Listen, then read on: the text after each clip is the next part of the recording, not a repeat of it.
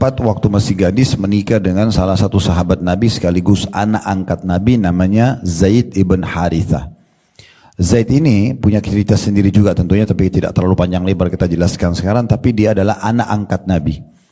Dulu pernah jadi budaknya Khadijah. Lalu Khadijah bebasin, Khadijah hadiahkan kepada Nabi Muhammad SAW. Lalu Nabi SAW mendidik dia dengan baik sehingga sempat diberikan julukan Zaid bin Muhammad. Tapi setelah turun ayat Al-Quran, makana Muhammadun aba ahadi min rijalikum walakin Rasulullah wa khataman nabiyyin. Muhammad itu bukan ayah seseorang di antara kalian, tapi dia adalah penutup para nabi dan rasul, maka dikembalikan namanya menjadi Zaid ibn Harithah. Ada cerita sendiri tentunya. Yang jelas Zaid ibn Harithah ini pada saat sudah sampai masa waktu umur pernikahan, Nabi SAW nikahkan dia dengan Zainab ini. Zainab binti Jahsh, sepupu Nabi. Namun subhanallah pernikahannya berjalan kurang lebih 2 tahun ya. Dari tahun 625 sampai 627 Masehi. Namun rumah tangga mereka tidak langgeng. Ya, sering terjadi hal-hal yang tidak diinginkan. Ya, karena Zainab merasa ada perasaan dalam hatinya kalau Zaid ini adalah mantan budak. Sementara dia wanita mulia Quraisy. Nah, dia takut nanti dia durhaka sama suaminya karena kasus ini gitu ya. Jadi seringkali ada hal-hal yang mengganja dalam hatinya sampai akhirnya bercerailah Zaid dengan Zainab ya. Setelah cerai, Allah Subhanahu wa taala memerintahkan Nabi SAW menikahi Zainab agar mengeluarkan sebuah hukum bahwasanya boleh seorang laki-laki menikahi mantan istri anak angkatnya. Kalau mantan istri anak kandung nggak boleh, ya, karena tidak ada namanya mantan anak mantu, tidak ada namanya mantan mertua. Maaf, secara hukum kalau ada di antara bapak ibu misalnya menikah, sekarang ibu menikah sama suaminya, la qadarullah, semoga Allah tidak takdirkan, misalnya dia bercerai sama suaminya. Nah tetap aja ayah suami, ayah mantan suami itu mahram abadi. Ibu boleh salaman, boleh nggak pakai hijab di depannya seperti ayah sendiri. Ya, asal memang sudah terjadi interaksi biologis walaupun sekali dengan suami. Begitu juga dengan suami ibu. Dia akan menjadi mahram buat ibunya ibu selamanya. Baik selama satu suami istri atau dia cerai sama ibu, tetap aja mantan suami ibu adalah mahram ibunya ibu. Ya, jadi ibu mertuanya gitu ya. Nah seperti itulah. Jadi tidak boleh menikah antara mertua sama mantan anak mantunya misalnya, karena pernah mantan istrinya atau mantan anaknya, karena tidak ada istilah mantan bagi mertua dan anak mantu. Nah Allah SWT ingin menjelaskan hukum itu dengan cara memerintahkan Nabi SAW menikahi Zainab yang tadinya bekas istri anak angkatnya gitu ya. Dan Zainab ini dipilih oleh Allah Subhanahu Wa Taala dan disebutkan pernikahannya dalam Al-Quran. Makanya beliau mengatakan, aku sungguh dimuliakan dengan Allah menikahkanku dari langit ketujuh. Ya, Allah SWT menikahkan Zainab dengan Nabi SAW dari langit ketujuh. Karena Allah langsung perintahkan Nabi untuk nikahi Zainab. Tentu beliau punya banyak saudara-saudara, diantaranya Abdullah bin Jahash yang sangat terkenal juga dengan keberanian dalam berperang. Itu ada Hamna binti Jahash, ada Ubaidillah bin Jahash. Banyak sekali saudara-saudaranya gitu ya. Yang jelas beliau menikah dengan Nabi SAW di tahun 627 ya, Masehi, maaf. Nah itu sedikit cerita tentang biografi beliau ya. Zainab binti Jahash ini salah satu istri Nabi yang sangat terkenal dengan kedermawanannya ya. Dan juga kalau tidak salah ayat hijab pada saat turun itu waktu Zaid selesai menceraikan Zainab dan sudah selesai masa iddahnya, maka disuruhlah Zaid untuk mengantar sebuah pesan Nabi SAW kepada Zainab. Lalu Zaid datang dan di saat itu Zainab menurunkan hijabnya, menutup ya, supaya tidak bertemu dengan mantan suaminya karena sudah bukan mahram lagi setelah lewat masa iddah. Ringkas cerita, Zainab akhirnya menjadi istri Nabi SAW dan dapat julukan Ummul Mukminin, ibunya orang-orang beriman. Dan semua istri-istri Nabi yang tidak bercerai selama di dunia maka akan menjadi istri Nabi juga di akhirat. Berarti kemuliaan mereka akan berlanjut bukan cuma di dunia tapi juga di akhirat sana.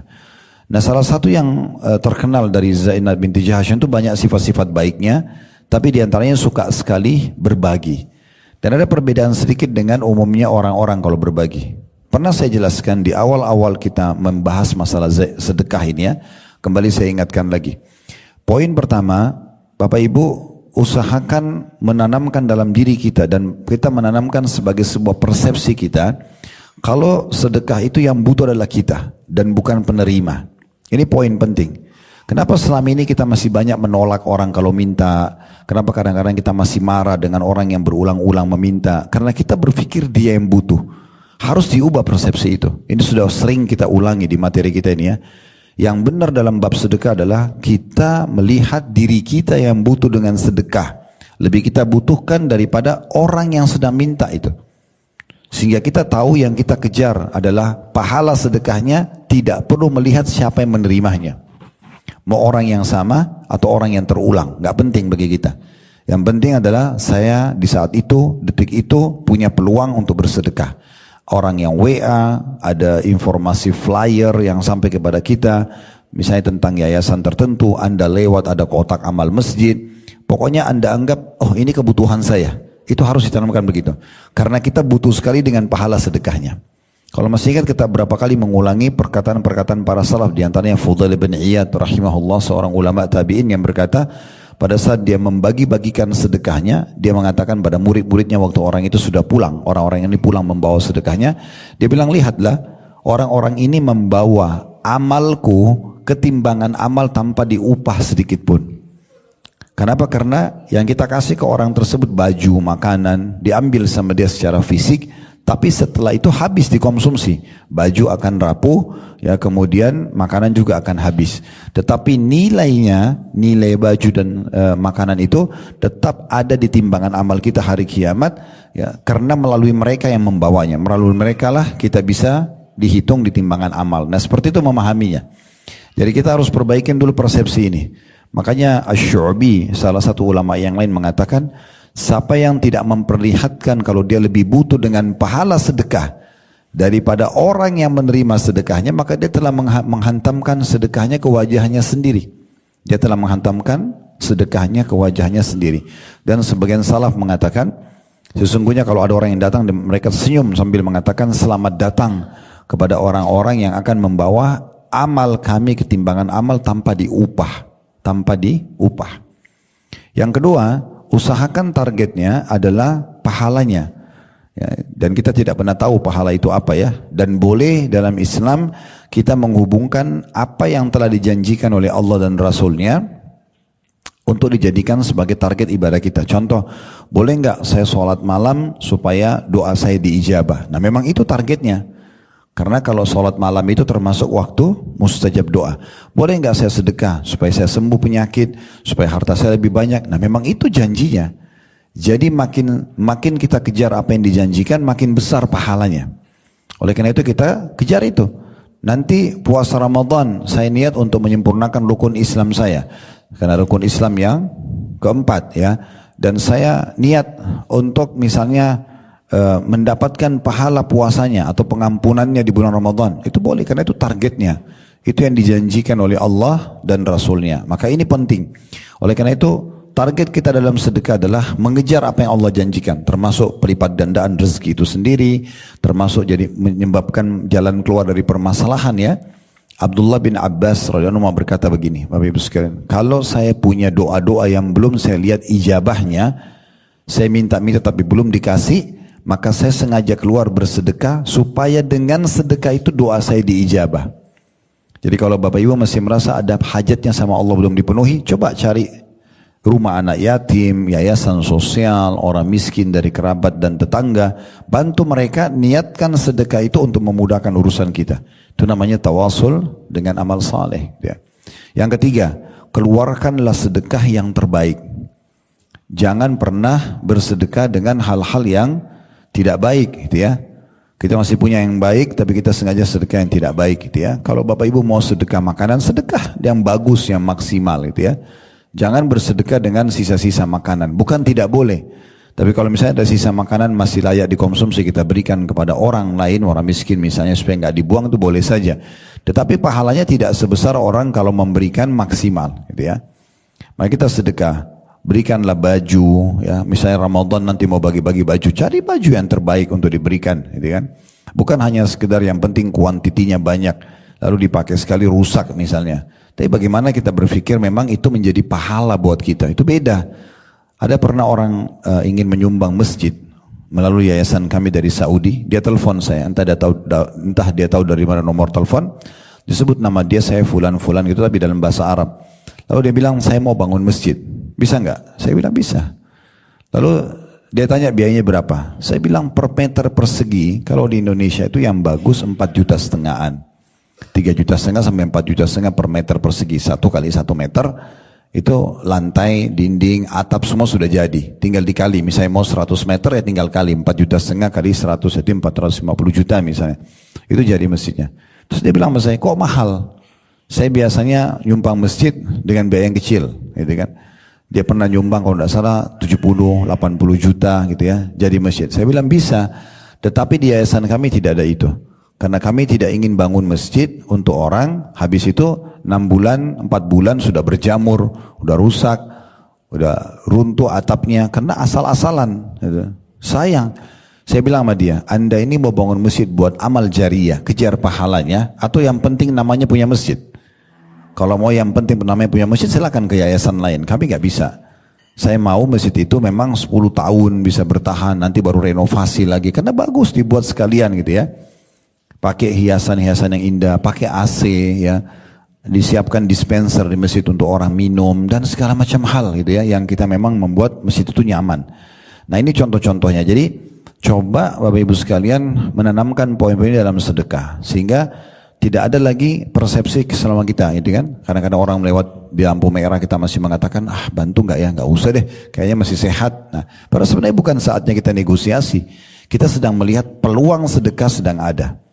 Ingat sabda Nabi SAW, kata Nabi SAW, sesungguhnya Allah menerima sedekah seseorang di antara kalian, ya, walaupun dia seperti biji sawi, kecil sekali, kayak misalnya sumbang 1.000, 10.000 rupiah, dan Allah akan membesarkannya, sebagaimana seseorang di antara kalian membesarkan anak kuda atau anak untahnya. Bahkan bisa saja satu biji sawi terus berkembang di hari kiamat, kita akan terima seperti satu gunung Uhud. Satu gunung Uhud ya. Jadi sedekah itu akan terus bertambah pahalanya. Nah terus ada juga yang selanjutnya yang kelima yang bisa kita tambahkan adalah perbedaan antara sedekah yang Bapak Ibu lakukan dengan tangan sendiri dengan hanya beli jadi ya. Ini yang sedang kita bahas di Zainab binti Jahash. Zainab binti Jahash ini punya satu metode dalam sedekah Bapak Ibu sekalian. Dia misalnya mau sedekah makanan nih. Bisa saja seperti kita sekarang kan tinggal bisa beli jadi di restoran lalu kasih orang. Tapi dia tidak, dia sengaja masak sendiri ya. Jadi bahan-bahan dia beli sendiri, dia masak sendiri, dia kemas sendiri. Dia begitu yang dia lakukan itu ternyata beda, ada nilai pahala karena pengemasannya.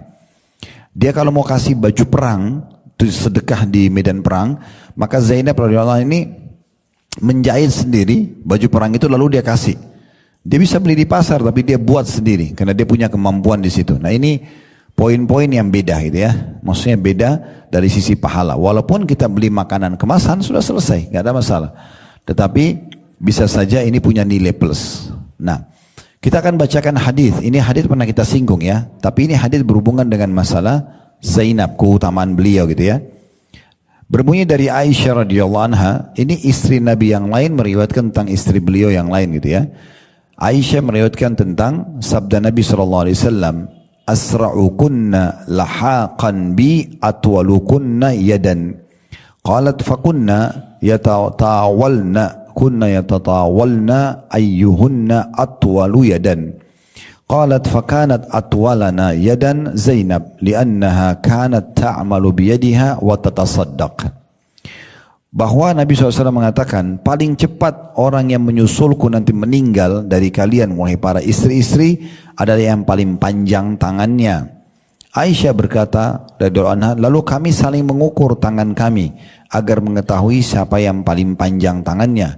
Lalu Aisyah mengatakan dan ternyata istri beliau yang paling panjang tangannya adalah Zainab karena dia bekerja dengan tangannya sendiri dan lalu bersedekah. Jadi hadits ini memberikan pelajaran kepada kita. Yang pertama, memang Nabi SAW berarti akan lebih dulu meninggal dari para istri beliau. Makanya Nabi meninggal dulu baru istri-istri beliau meninggal, kecuali Khadijah. Khadijah beda. Jadi hadits ini diucapkan setelah tiba di Madinah, ya. Dan istri Nabi pada saat itu berjumlah 9 orang dan Nabi tidak meninggal, mereka tidak meninggal sampai Nabi meninggal. Makanya Nabi SAW mengatakan, orang yang paling nanti pertama menyusul aku menuju ke akhirat, ya, dari kalian adalah orang yang paling panjang tangannya. Kemudian istilah yang kedua, pelajaran yang kedua dari hadits adalah ada istilah orang yang paling panjang tangan. Nah biasanya saya tidak tahu ini dimaknakan apa. Setelah pernah saya dengar di Indonesia dimaknakan adalah pencuri, ya. Tetapi makna yang benar adalah orang yang panjang tangan. Kalau dalam hadits ini adalah orang yang suka sedekah, ya. Karena dia suka memberi. Disilakan panjang tangan itu maksudnya di sini dia bantu, di sana dia bantu, di sini dia bantu. Dia pokoknya selalu kesana sini tangannya memberikan sedekah. Nah orang seperti ini disilakan dengan orang yang panjang tangannya. Lalu pelajaran yang ketiga dari hadits adalah kedudukan Zainab radhiyallahu anha. Aisyah berkata, setelah Nabi SAW meninggal, atau penyebutan hadits ini, kami sering mengukur tangan kami, siapa yang paling panjang tangannya. Tadinya difahami ini secara letterlet. Ternyata bukan itu, ya. Yang meninggal pertama setelah Nabi SAW meninggal adalah Zainab. Lalu Aisyah mengatakan di saat itulah kami faham ternyata bukan yang dimaksud panjang tangan, tetapi yang dimaksud adalah sedekahnya. Makanya Aisyah mengatakan di akhir hadis, yang paling panjang tangan di antara kami adalah Zainab, karena dia semasa hidupnya suka sekali membuat sesuatu lalu dia sedekahkan dari hasil buatan tangannya itu. Nah ini berarti ada keutamaan tersendiri kalau kita melakukan ini. Jadi setiap kali kemasan atau upaya dalam melakukan satu perbuatan baik, itu akan dinilai oleh Allah subhanahu wa ta'ala. Nah seperti itu kurang lebih. Dalam satu riwayat yang lain, Aisyah berkata, masih di halaman 40 bagian bawah ya, paragrafnya kalau yang pegang buku. Lalu kami berkumpul pada suatu rumah dari salah seorang di antara kami, maksudnya istri-istri Nabi, setelah kematian Nabi Muhammad SAW. Kami selalu mengukur tangan-tangan kami di tembok. Jadi taruh di tembok siapa yang paling panjang tangannya, ya, untuk mencari tangan yang terpanjang. Dan kita masih saja ya selalu berbuat hal itu sehingga meninggalnya Zainab binti Jahash. Dan ternyata dia adalah wanita yang mempunyai tangan pendek dan bukan terpanjang di antara kita. Akhirnya kami mengetahui bahwa Nabi SAW bermaksud dengan panjangnya tangan adalah suka bersedekah. Dan Zainab adalah seorang wanita pekerja dengan tangannya. Dia menyamak kulit, penyulam dan bersedekah di jalan Allah. Dan bersedekah di jalan Allah, ya. Dan kita tidak asing, mungkin Bapak Ibu masih ingat tentang keutamaan Nabi Daud, ya. Kan Nabi Daud itu terkenal sekali dengan pekerjaan tangannya sendiri dan makan dari hasil tangannya, dan juga bagaimana bagusnya puasanya sampai terkenal dengan puasa Daud, dan bagusnya sholat malamnya sampai Nabi mengatakan afdal sedekah, afdal income adalah dari hasil kerja tangan sendiri, dan itu Nabi Allah Daud makan dari hasil tangan sendiri. Dan ketahuilah sebaik-baik puasa adalah puasa Daud. Beliau puasa sehari, berbuka puasa sehari. Dan sebaik-baik sholat malam adalah sholat malamnya Daud, karena beliau tidur, bangun sholat, tidur lagi, lalu sholat. Jadi 2 kali sholat, 2 kali tidur, gitu ya. Tentu ini sulit dikerjakan bagi orang yang belum terbiasa, tapi itu dianggap waktu atau cara ibadah yang paling afdal. Tapi saksi bahasan kita adalah bagaimana Nabi Daud alaihissalam terkenal orang yang suka bekerja dengan hasil tangannya sendiri, gitu ya. Begitu juga dengan kita tahu Idris alaihissalam, Nabi Allah yang mulia, beliau terkenal adalah seorang tukang jahit. Ya, beliau suka menjahit dan disepakati kurang lebih oleh umumnya ulama-ulama muslimin kalau Idris adalah orang yang pertama menjahit pakaian dan mengukur ukuran pakaian, dan beliau menguasai itu dan beliau hidup dari situ, menjual jasa itu, kemudian beliau bersedekah dari hasil jahitannya, ya. Banyak di antara sahabat-sahabat Nabi, ya, seperti dinukil oleh Sa'id bin Musayyib rahimahullah, seorang tabi'in, dulu ya sahabat-sahabat Rasulullah SAW, mereka terus mencari sumber income dari hasil tangan mereka sendiri, sampai mereka berdagang di laut-lautnya orang-orang Romawi, di laut-lautnya orang Romawi, gitu ya. Maka ini berarti menandakan memang dalam Islam juga menggambarkan Islam ini agama bekerja, agama produktif ya, agama kreativitas, di mana agama yang penuh dengan inovasi, di mana seluruh penganutnya dianjurkan untuk tidak vakum, ya mereka terus bekerja, mereka menghasilkan produktif dan seterusnya. Nah ini termasuk bagian penting dari pesan kejadian Zainab radhiyallahu anha. Sampai Nabi SAW memastikan inilah sedekah yang afdal dibandingkan sedekah yang lainnya. Ya, jadi sesekali kalau ibu-ibu memungkinkan misalnya, walaupun kita misalnya sudah punya kemampuan dan ada kesibukan, kita langsung beli dari restoran, lalu kita berikan. Tapi sesekali mungkin ada saatnya di mana kita lowongin, kita bersedekah minimal misalnya buat kedua orang tua kita, atau ada tamu khusus datang ke rumah, mungkin kita masak. Nah ini beda pahalanya. Atau hal-hal yang semisalnya lah, ya hal-hal yang semisalnya yang bisa kita lakukan. Apalagi sekarang menjelang Ramadan banyak sekali peluang kita untuk bersedekah, ya. Sama dengan membuka puasakan orang, ya itu usahakan kita targetkan dari sekarang, ya. Ini nggak rasa lagi sisa 2 minggu kurang lebih Ramadan. Jadi mulai sekarang Bapak Ibu sudah blok masjid-masjid dekat rumah untuk titipin air mineral, kurma, ya. Dan kami sudah buatkan program di yayasan kami itu. Insya Allah di sini kalau salah ada yayasan sedekah kreatif, nanti Bapak Ibu bisa tanya, ya. Kita mengadakan air mineral, kita adakan kurma, ya, dan satu dus isi 10 kilo. Itu tinggal dibagiin aja, buka puasain orang. Karena kita bisa dapat pahala 30 hari pahala puasa kita, tapi kita bisa tambah 30 hari lagi yang tambahannya, berarti 60 hari, bisa 90 hari, bisa 120 kelipatan 30 bisa, ya. Dengan cara membuka puasakan setiap hari orang. Kalau kita puasa 30 hari, lalu kita buka puasakan 1 orang aja, berarti sudah 60 hari pahala puasa kita. Kalau kita puasakan 2 orang, berarti 90 hari pahala puasa kita. Begitu seterusnya. Dan di masa sekarang kita bahkan bisa meraih pahala buka puasanya walaupun orang lintas kota dan lintas negara. Sekarang Bapak Ibu misalnya punya keluarga nih, ada sudah warga negara Amerika. Jangan luput dari itu, silaturahim sekaligus buka puasakan mereka. Telepon, kalau ada restoran yang online, yang halal, tinggal transfer uang, kemudian suruh antar ke alamat-alamat mereka. Itu bisa, seluruh dunia kita bisa dapat pahalanya. Kalau kita inginkan hal tersebut, ya. Dan insya Allah kami juga buatin setiap Ramadan program untuk membuka puasakan orang di Saudi, ya. Itu sudah ada programnya sekitar 15 rialan 1 porsi per harinya, ya. Per orangnya. Jadi Bapak Ibu terserah mau menyumbang berapa, nanti tinggal hubungi yayasan kami akan alokasikan di sana insya Allah.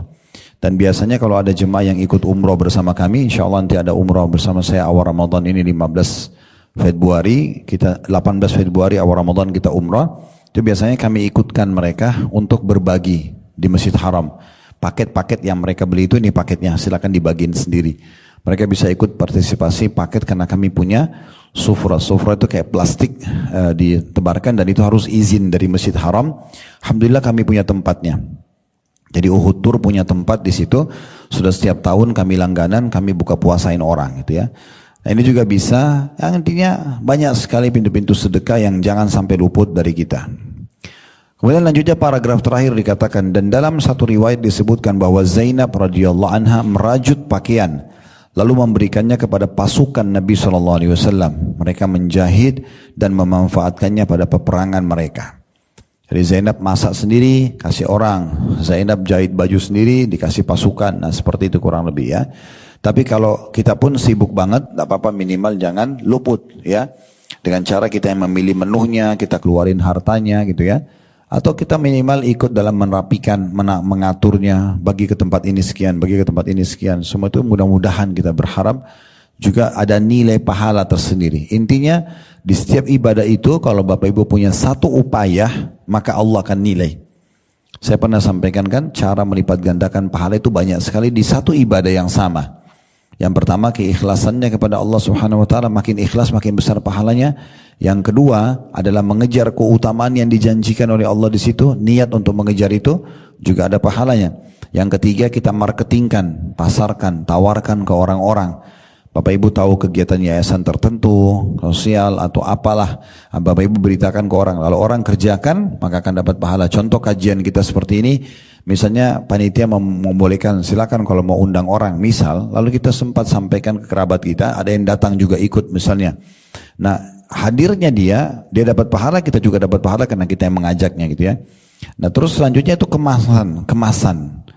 Ini selalu saya ingatkan kemasan ya, kemasan itu beda sekali. Bapak Ibu kalau bangun malam, kita sholat dengan mukennah apa adanya, ya sejadah juga yang biasa kita pakai mungkin maaf belum dicuci, itu kan mukennah juga sama, ya kita sholat ya sambil dalam kondisi mungkin masih pakai baju rumahnya, tinggal dilapis mukennah, wudhu terus sholat. Surah yang terlintas apa ya udah kita baca aja, misalnya Al-Masad, Al-Falaq, An-Nas dan seterusnya. Tapi kalau ada orang sebelum dia tidur, memang dia siapkan setiap hari, dia bubuhi minyak wangi misalnya mukennahnya, sejadahnya, kalau laki-laki mungkin baju kokohnya, kopiahnya. Dia tahu dia akan bertemu dengan Allah, dia rapikan kemasan itu. Dia udah atur, pada saat bangun tidur saya akan bangun jam 3:30, saya akan mandi untuk menghadap kepada Allah. Saya akan pilih surah-surah yang akan saya baca. Nah ini lebih pahalanya karena ada kemasannya. Nah pengemasan ini ada pahala sendiri ya, jadi kalau makin kita punya upaya dalam satu perbuatan baik maka makin besar pahalanya. Nah itu kurang lebih itu pesan dari kehidupan Zainab radhiyallahu anha. Sekarang kita masuk dua sahabat yang tersisa dalam kisah orang-orang soleh ya, dengan ini nanti insya Allah berarti kita sudah tutup kisah orang-orang soleh. Kedepannya kita akan belajar bab baru, berobat dengan sedekah. Kisah yang kedua pada siang ini adalah kisah Abu Dahdah. Abu Dahdah salah satu sahabat Nabi juga yang terkenal sekali, sangat soleh dan suka sekali sedekah. Ya, suka sekali sedekah. Salah satu yang menarik adalah pada saat turunnya firman Allah Subhanahu wa taala dalam surah Al-Baqarah, surah nomor 2 ayat 245. Ini saya bacakan riwayatnya ya, di halaman 41 kalau yang pegang bukunya. Dari Abdullah bin Mas'ud radhiyallahu anhu, beliau berkata, "Takala turun ayat Al-Quran, surah Al-Baqarah, surah nomor 2 ayat 245 yang berbunyi, Man dalladhi yuqridullaha qardan hasana."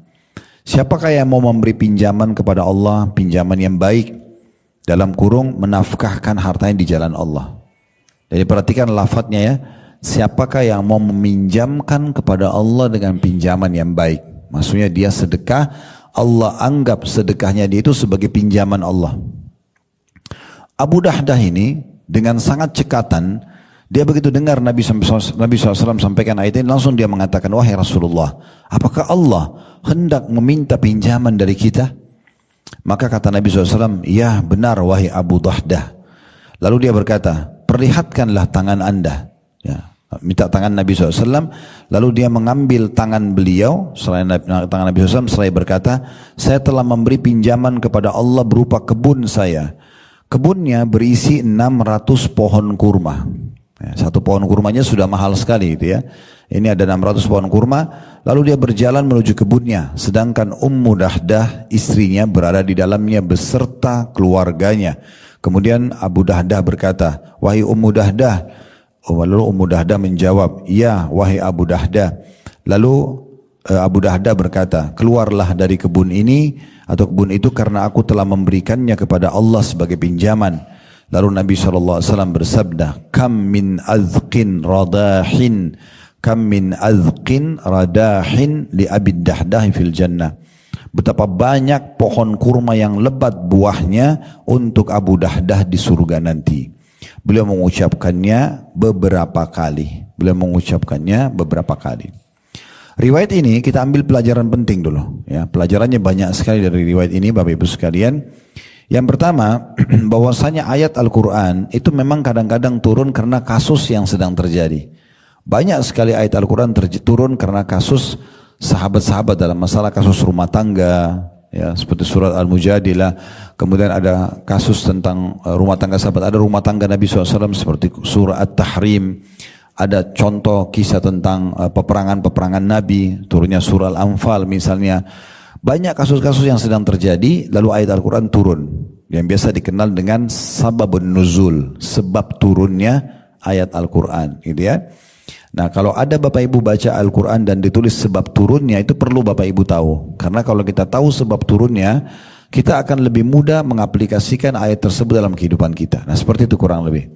Yang uniknya adalah, kita bukan sedang membahas sebab turunnya ayat Al-Baqarah 245, tapi bagaimana responnya Abu Dahdah terhadap ayat. Ini pelajaran kita yang kedua. Kalau pelajaran pertama memang ada ayat-ayat Al-Quran yang turun dan ada sebab turunnya, ya. Kemudian yang kedua adalah bagaimana pentingnya seorang muslim segera merespon panggilan dan seruan Allah dan Rasulnya. Apa saja yang Bapak Ibu dengar dari pengajian. Sudah sampaikan Allah berfirman, Rasulullah bersabda, orang yang terbaik dari kaum muslimin adalah yang mendengarkan lalu mengaplikasikan. Sebagai contoh, sebelum kita bahas jauh Abu Dahdah radhiyallahu anhu, pernah dengar Abu Bakar, sahabat Nabi yang mulia, yang terkenal sekali sebagai mertua Nabi. Itu begitu Rasulullah SAW bilang, wahai Abu Bakar, saya adalah utusan Allah. Tanpa ragu dia mengatakan, Anda adalah utusan Allah. Lalu dia beriman, dia laki-laki pertama yang beriman dari kalangan dewasa. Di hari yang sama Bapak Ibu sekalian, Abu Bakar keluar mengajak teman-teman dekatnya langsung. Yang pertama didakwai adalah Uthman bin Affan. Uthman ini orang kayanya Mekah.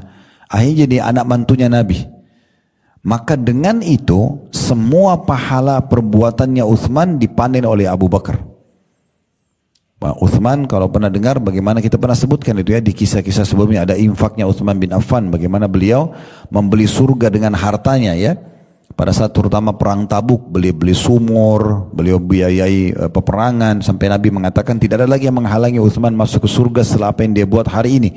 Abu Bakar panen semua pahalanya karena Uthman masuk Islam di tangan ya Abu Bakar.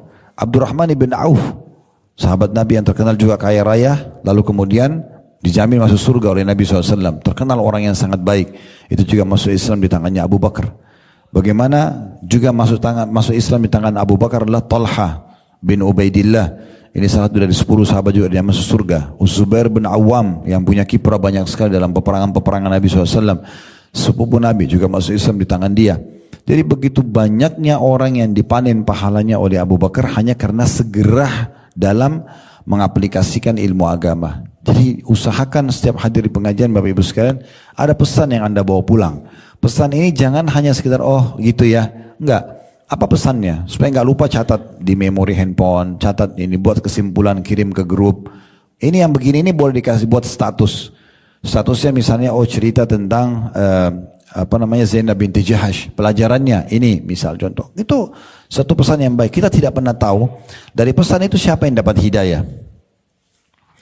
Saya berapa kali ketemu orang, Allah permudah, baik di kalangan da'i-da'i atau di kalangan orang awam gitu ya. Yang ketemu sama saya, Ustaz, ceramah antum yang ini menyadarkan saya tentang ini dan itu. Padahal saya nggak pernah bermaksud orang itu. Tapi ternyata begitu kita angkat di media dan ternyata bisa bermanfaat. Kita tidak tahu siapa yang Allah sentuhkan hatinya. Saya pernah mengirim sebuah informasi, hadis Nabi SAW, masyhur sekali hadis itu. Yang bunyinya, kata Nabi SAW, siapa yang akhir kalimatnya sebelum wafat, la ilaha illallah, masuk surga. Subhanallah, saya share ke teman-teman da'i, teman-teman kami terutama yang seangkatan di Madinah. Ada satu orang ketemu saya, mungkin sebulan setelah itu. Beliau langsung bilang, Assalamualaikum Ustaz, apa kabar? Dia bilang, ayah saya baru meninggal bulan lalu, dia bilang. Oh Masya Allah, semoga saya doakan Allah ajrakum, semoga Allah lipat gandakan pahala antum. Karena itu sunnah Nabi SAW ya. Inna lillahi ma'atha, milik Allah yang dia kasih, wa lillahi ma'akhad, milik Allah yang diambil, wa kullu syai'in indahu bimiqdar, semua berjalan sesuai dengan takdirnya. Terus dia bilang, Ustaz, antum ingat gak? Bulan lalu sempat antum share sebuah hadis. Siapa yang kata Nabi SAW, siapa yang akhir kalimat la ilaha illallah, maka dia akan masuk surga. Antum tahu pada saat hadis itu masuk di handphone dan anda buka, ayah anak lagi sakarat. Ayahnya lagi sakarat, mau mati, sudah mati. Dan dia sempat belum terfikir untuk mentalkinnya. Tapi begitu dia baca hadis tersebut, dia membacakan la ilaha illallah. Saya nggak pernah tahu ayahnya dia akan meninggal di saat itu atau akan bermanfaat bagi dia. Apalagi teman ini tamatan kuliah hadis. Tapi subhanallah Allah sampaikan ke dia. Kalau kita tidak pernah tahu, ya. Ini contohnya gitu ya. Berapa banyak orang yang membahasakan hal seperti ini dengan kami. Jadi kita tidak pernah tahu. Makanya kalau Bapak Ibu punya media, gunakan untuk kebaikan. Kita tidak pernah tahu siapa yang baca status kita, siapa yang baca informasi yang kita angkat di media kita yang akhirnya menjadi penyebab hidayahnya. Siapa tahu bahkan orang itu adalah orang yang punya pengaruh besar. Kita bicara tentang sedekah, lalu dia sedekah sekian banyak, kita tidak pernah tahu. Kita tidak pernah tahu. Ada satu jemaah datang ke saya mengatakan, Ustaz, setelah dengar ceramah antum, saya jadi ketagihan dengan sedekah. Jadi sekarang kalau saya tidak sedekah malah saya merasa keliru, gitu, ada kekurangan. Maka dia selalu sedekah. Mana saya pernah berpikir dia akan amalkan sampai seperti itu, sampai dirutinkan sedekah setiap hari dan jumlahnya sangat besar, gitu ya. Nah, padahal cuma sebuah cuplikan, sebuah motivasi yang kita sampaikan. Maka hal seperti ini pesan penting dari Abu Dahdah. Bagaimana beliau radhiyallahu anhu begitu dengar dari Nabi SAW, ada ayat turun ini, ayat Al-Quran, Nabi bacakan, Man dalladhi yuqridullah qardan hasana, siapa yang mau meminjamkan kepada Allah dengan pinjaman yang baik. Orang yang pertama langsung mengaplikasikan ayat ini adalah Abu Dahdah. Dia mengatakan, ya Rasulullah, apakah ayat ini secara letter-let kalau Allah menyuruh akan meminta pinjaman dari kami? Maka kata Nabi SAW, iya. Tanpa menunda, Abu Dahdah mengingat harta dia terbaik adalah satu kebun, isinya 600 pohon kurma. Perlu Bapak Ibu saya kasih informasi, di Timur Tengah, di Saudi secara khusus sampai hari ini, kalau orang cuma punya rumah besar, mobil mewah, jabatan itu masih biasa. Orang yang dianggap kaya itu orang kalau punya kebun kurma. Karena kebun kurma ini umurnya pohon itu mirip seperti pohon kelapa. Bisa tahunan, bisa puluhan tahun, ratusan tahun. Dan produktif, selalu ada hasilnya. Plus kurma itu walaupun mirip-mirip pohonnya, itu ada kurang lebih 300 jenis kurma, beda-beda. Kuasa Allah, ada yang basah, ada yang kering, ada yang warna kuning, ada yang coklat, ada yang merah, ada yang hitam, macam-macam. Ya, rasanya beda-beda, ukurannya beda-beda gitu ya. Kalau kurma kering itu bisa bertahan sampai tahunan, walaupun ditaruh di luar, ya. Kecuali tempat itu lembab segala macam, mungkin baru ada kutu atau serangganya. Tapi kalau enggak, tetap aja bagus gitu ya. Apalagi kalau Anda amankan di tempat sedikit sejuk atau di kulkas itu lebih aman, bisa awet bertahun-tahun tidak apa-apa gitu.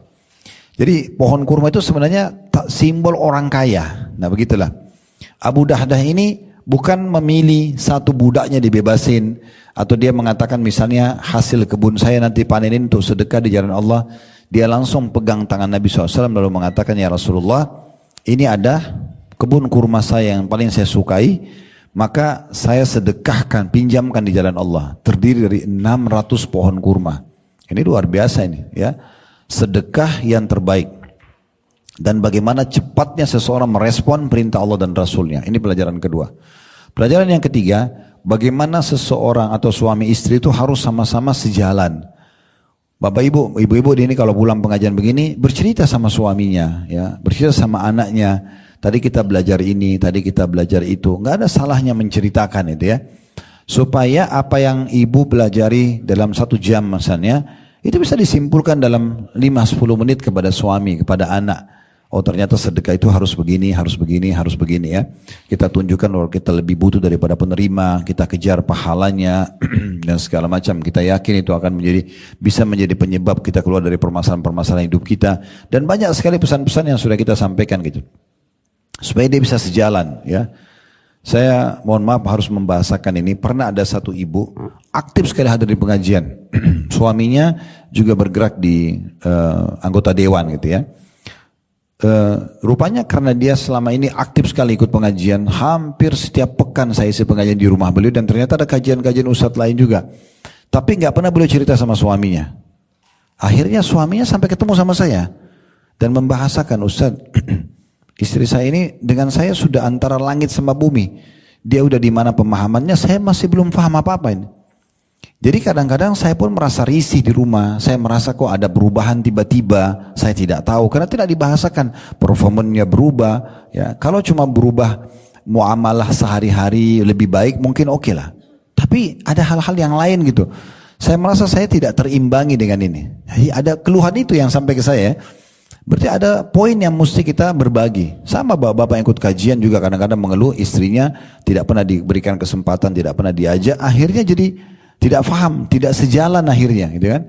Yang satu mau sedekah, yang satu tidak mau sedekah. Yang satu mau umrah, yang satu tidak mau umrah. Yang satu mau haji, yang satu tidak mau haji. Yang satu mau anaknya masuk sekolah agama, yang satu tidak mau masuk sekolah agama. Bentrok terus karena nggak pernah dibuat sejalan. Ada cerita yang lain, saya pernah ngisi pengajian mungkin Allahu a'lam sehingga saya 5 tahunan lah di salah satu kantor di Sudirman. Kebetulan di kantor itu cukup besar, diambil tempat yang sangat besar dan sampai bisa membuat mungkin setengah kantor itu bisa nampung, kalau saya lihat sih mungkin ratusan orang sholat di situ ya. Diadakan sholat setiap hari di situ dan saya isi kajian. Nah, sampai mungkin sudah berjalan 2 tahun atau 3 tahun, saya baru ketemu sama direkturnya, duduk sama saya, dia bilang, Ustaz saya Fulan bin Fulan, saya direkturnya di sini, yang undang Ustaz. Oh iya, rupanya dia selalu hadir tapi nggak pernah kenalin diri, tapi udah 2-3 tahun baru kenalin diri gitu. Oh ya, saya bilang salam kenal Pak, saya mohon maaf saya kadang-kadang kalau diundang, saya salah satu pribadi saya nggak suka bertanya. Saya nggak enak kalau nanya, ya siapa pemilik rumah, siapa ini, saya nggak enak. Nanti belum tentu orang semua mau ditanya, tapi kalau dijelasin ke saya baru saya respon gitu. Dia bilang nggak apa-apa Ustaz. Terus dia bilang, Ustaz saya mau cerita sebentar. Ustaz tahu kenapa saya undang ke sini? Saya bilang nggak, saya nggak tahu Pak. Dia bilang karena istri saya. Dia ngomong gitu. Dia bilang saya dulu Ustaz jauh dari agama. Ya. Saya jauh dari agama. Tapi istri saya suka hadir kajian Ustaz. Tapi setiap dia datang, dia pulang dia cerita sama saya. Kalau ketemu duduk, salah satu waktu yang kami duduk itu diantaranya cerita tentang tadi saya ikut kajian, saya belajar ini, saya belajar ini, belajar ini. Saya dengarin, awalnya sih saya jenuh gitu, apa sih? Karena saya bukan orang pengajian, saya nggak suka. Saya ini orang bisnis gitu ya. Saya nggak berpikir itu, tapi lama-lama karena hampir keseringan dia cerita, saya merasa penasaran juga. Jadi karena pernah sekali dia nggak cerita, terus saya tanya, kamu belajar apa lagi? Lalu kemudian dia dengar, terus saya kok tertarik, kenapa kok saya merasa setiap saya dengar manfaat aja yang saya dapatkan. Akhirnya saya berpikir setelah Allah tanamkan iman dalam hati saya undang aja Ustaz. Kebetulan Ustaz juga ada waktu maka saya datang isi kajian. Atau saya juga datang dengerin kajian. Dan bukan cuma beliau, itu banyak tenan-tenan, banyak orang yang sewa tempat di gedung itu diundang semua sama dia. Datang situ dikasih makan siang, dikasih kajian, ratusan orang yang hadir. Itu Masya Allah banget itu. Maksudnya efek daripada komunikasi ini penting sekali. Sekarang kenapa saya ceritakan ini Bapak Ibu sekalian, coba perhatikan ya. Bayangkan kalau ibu di posisi Ummu Dahdah, istrinya Abu Dahdah ini. Ibu lagi duduk di kebun kurma sama keluarganya ibu. Tiba-tiba suami ibu datang. Ya. Wahai Ummu Dahdah, keluar sekarang dari kebun ini. Saya sudah serahkan untuk Allah dan Rasulnya. Kayak gimana ibu respon kira-kira? Ini gak salah ini. Dikasih ke siapa? Kan kita bisa saja kebawa emosi karena mungkin belum sejalan. Tetapi mungkin karena komunikasi antara Abu Dahdah sama Ummu Dahdah sudah sering tentang masalah sedekah. Juga Ummu Dahdah ini sangat tahu kalau Abu Dahdah ini dekat sama Rasulullah. Dia sudah tidak ada pikiran negatif tentang suaminya. Ini yang membuat riwayat ini dengan sangat simpel. Kebun yang sangat disukai, lagi dinikmati hasil panennya.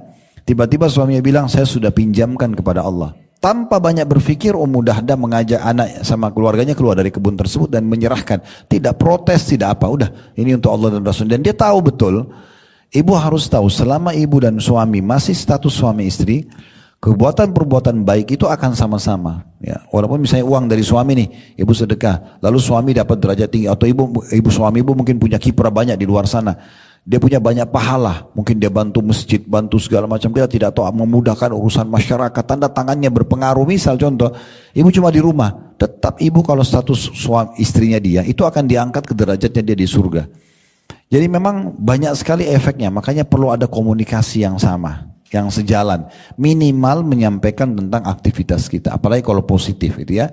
Berikan sebuah kesimpulan sederhana, tadi belajar ini, tadi saya dapat ini ya.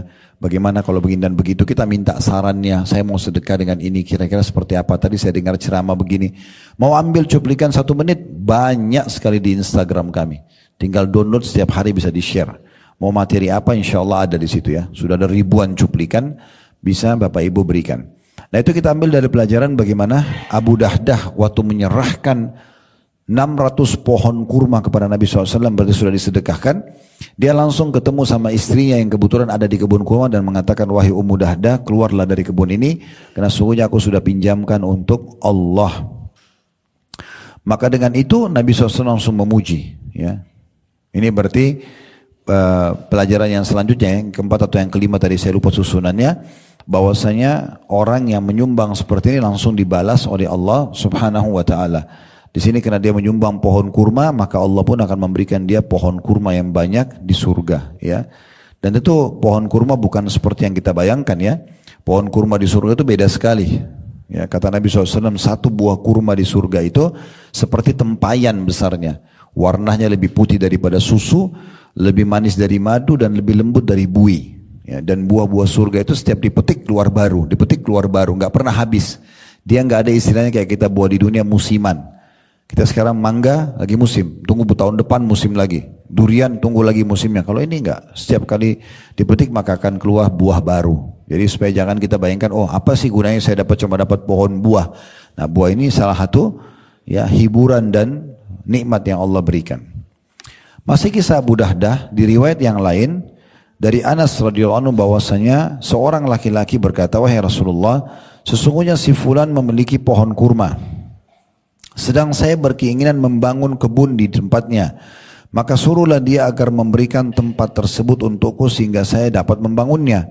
Lalu Nabi SAW mengatakan, a'tihi iyaha binakhlatin fil jannah. Berikanlah pohon tersebut kepadanya dengan ganti satu pohon kurma di surga. Namun orang yang memiliki pohon itu tidak memberikannya, menolak memberikannya. Kemudian Abu Dahdah berkata kepada laki-laki tersebut, juallah pohon kurmamu itu dengan bayaran kebunku berisi 600 pohon kurma. Laki-laki tersebut bersedia menjualnya. Lalu Abu Dahdah datang kepada Nabi SAW seraya mengatakan, wahai Rasulullah, saya telah membeli pohon kurma tersebut dengan bayaran kebunku. Maka berikanlah pohon itu kepada anak yatim tersebut, karena saya telah menyerahkannya kepadamu. Maka Nabi SAW mengatakan, kam min azkin radahin li Abi Dahdah fil jannah. Betapa banyak pohon kurma yang lebat buahnya untuk Abu Dahdah di surga. Diriwayatkan oleh Imam Ahmad. Nah ini riwayat yang kedua. Jadi kalau kita lihat sih secara secara global itu beda kisah ya. Maksudnya beda kejadian, tapi orang yang sama Abu Dahdah. Tetapi kalau kita lihat lafadz hadisnya secara khusus, sepertinya sama kejadiannya. Tapi bisa saja karena Abu Dahdah ini orang yang dermawan, beda kisah. Jadi ada seseorang yang datang kepada Nabi SAW lalu bilang, mengeluh dia. Dia kebetulan mau bercocok tanam di satu tanah. Tapi di tanah itu ada satu pohon milik orang lain. Jadi kayak misalnya meja ini tanah, misalnya di sini ini ada satu pohon itu tidak masuk dalam tanahnya orang yang mau bercocok tanam di situ. Ini pohon ini punyanya orang lain. Jadi kayak kalau dia harus buat pagarnya harus melengkung, mengganggu gitu ya. Maka dia mengeluh kepada Nabi SAW. Maka dia bilang, ya Rasulullah, tolong minta sama satu orang ini. Itu pohon kurmanya dikasih ke saya. Atau dijual juga nggak masalah. Yang penting saya bisa nanti penuh ini untuk bisa rata. Kalau dia punya pohon situ nanti tabrakan dengan pohon saya atau apa, jadi nggak enak nantinya. Karena sudah terlalu masuk ke lokasi gitu.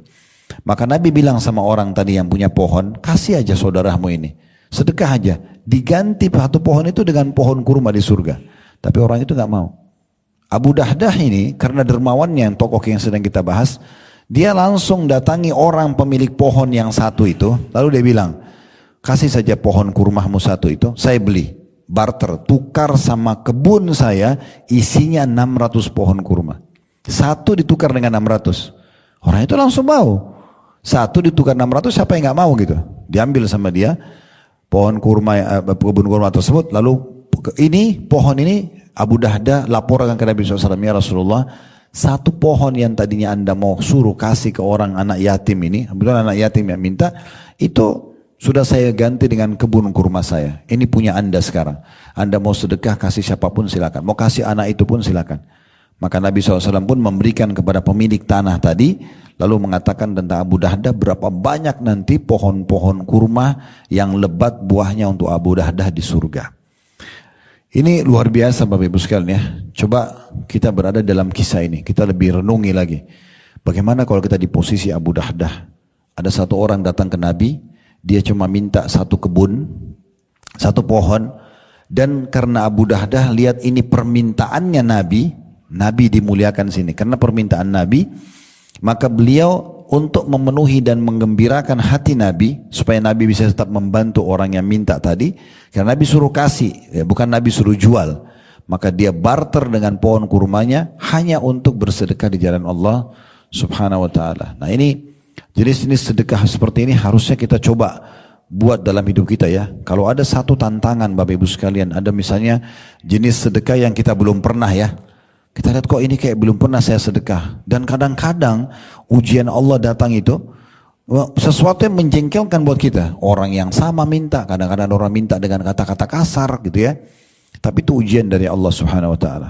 Pernah di masa Nabi SAW ada satu orang Arab Badui datang ke Nabi. Nabi lagi di masjid sama sahabat-sahabatnya, lagi rame banget. Ya, saya kadang-kadang kalau menyampaikan riwayat, saya coba renungi bagaimana kalau saya di posisi itu ya.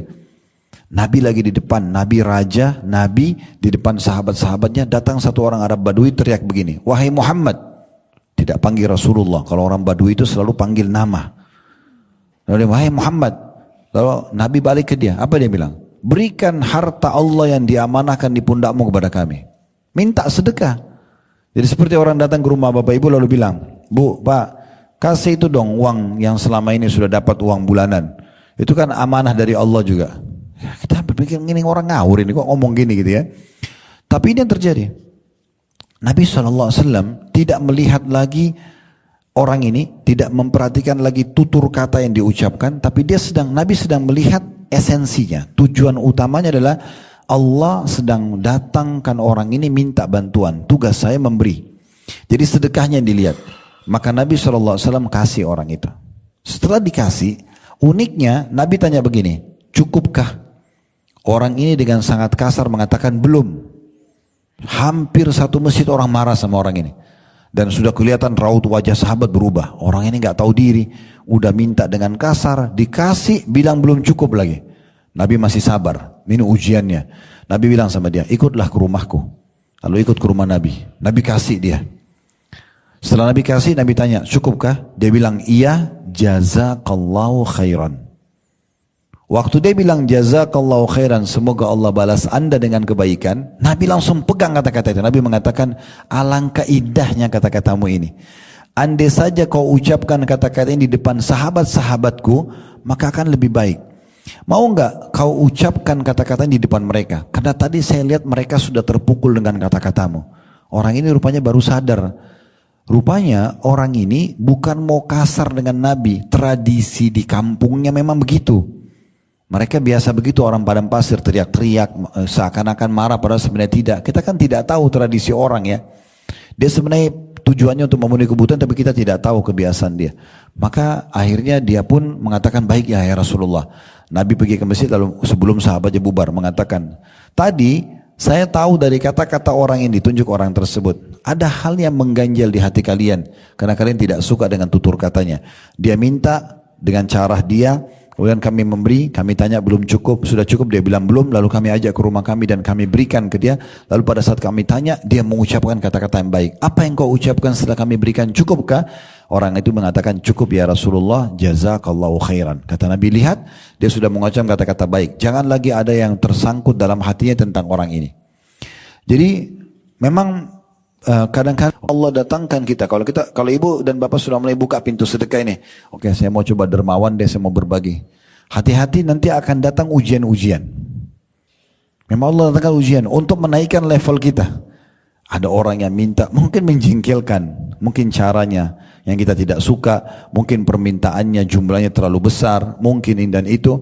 Tapi kita coba berpikir, ini adalah pesan dari Allah untuk memberikan sesuatu kepada saya, balasan yang lebih baik dari itu.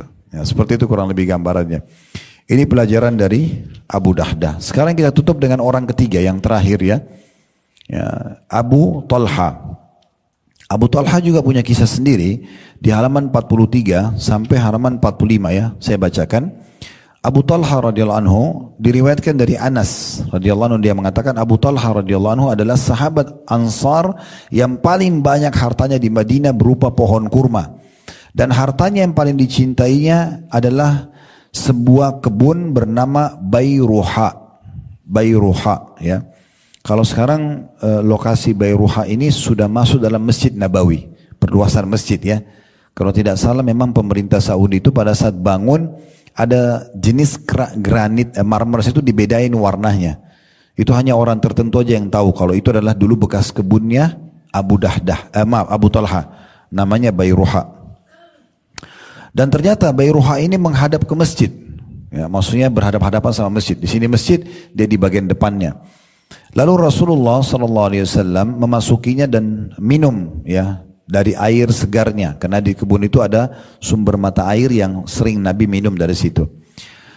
Anas berkata, ketika turun firman Allah Subhanahu wa taala surah Al-Imran ayat 92, "Lan tanalul birra hatta tunfiqu mimma tuhibbun wa ma tunfiqu min syai'in fa innallaha bihi alim."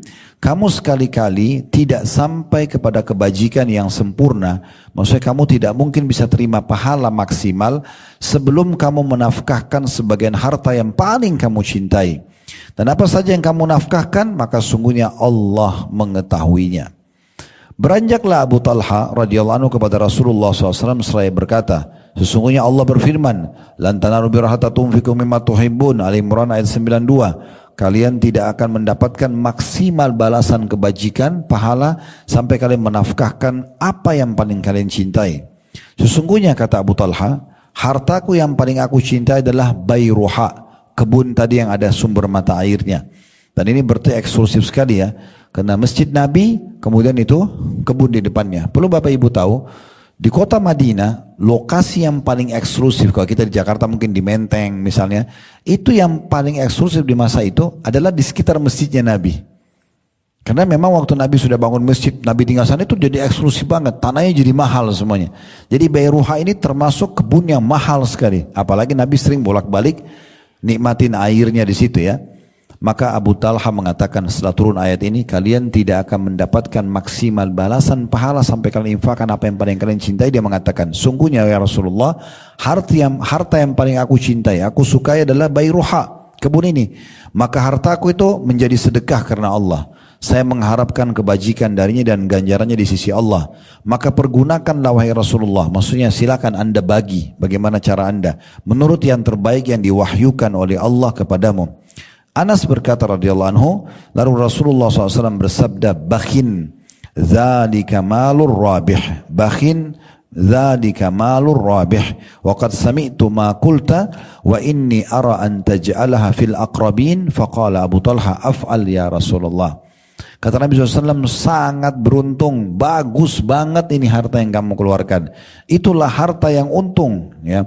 Itulah harta yang beruntung atau untung. Sungguh, kata Nabi SAW, saya telah mendengar apa yang kamu sampaikan dan saya berpendapat agar kamu memberikan harta sedekah tersebut kepada karib kerabatmu. Lalu Abu Talha pun berkata, saya akan melakukannya wahai Rasulullah. Kemudian Abu Talha pun membagi-bagikan harta tersebut di antara karib kerabatnya dan keturunan anak pamannya. Riwayat Abu Talha memberikan pelajaran kepada kita yang pertama, mirip tadi tentunya ya, kisah Abu Dahdah.